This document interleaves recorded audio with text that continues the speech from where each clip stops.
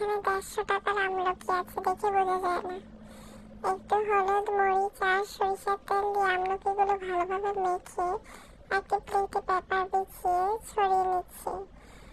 একটা চামচ দিয়ে ভালো মতো ছড়িয়ে নিতে হবে যাতে একটা আরেকটার গায়ে না লেগে থাকে।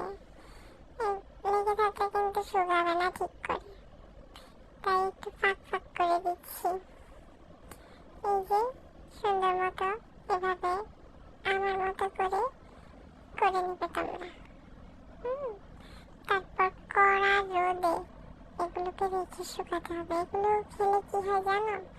যাদের ভাত খাওয়ার পর সুপারি খাওয়ার অভ্যাস আছে তারা এগুলো খেতে পারবে, বমি ভাব কেটে যাবে, হজমে সাহায্য করবে। এই যে শুকানোর পর আমার আমলকিগুলো কত সুন্দর হয়েছে, খেতেও অনেক মজা, আম সত্যের মতো।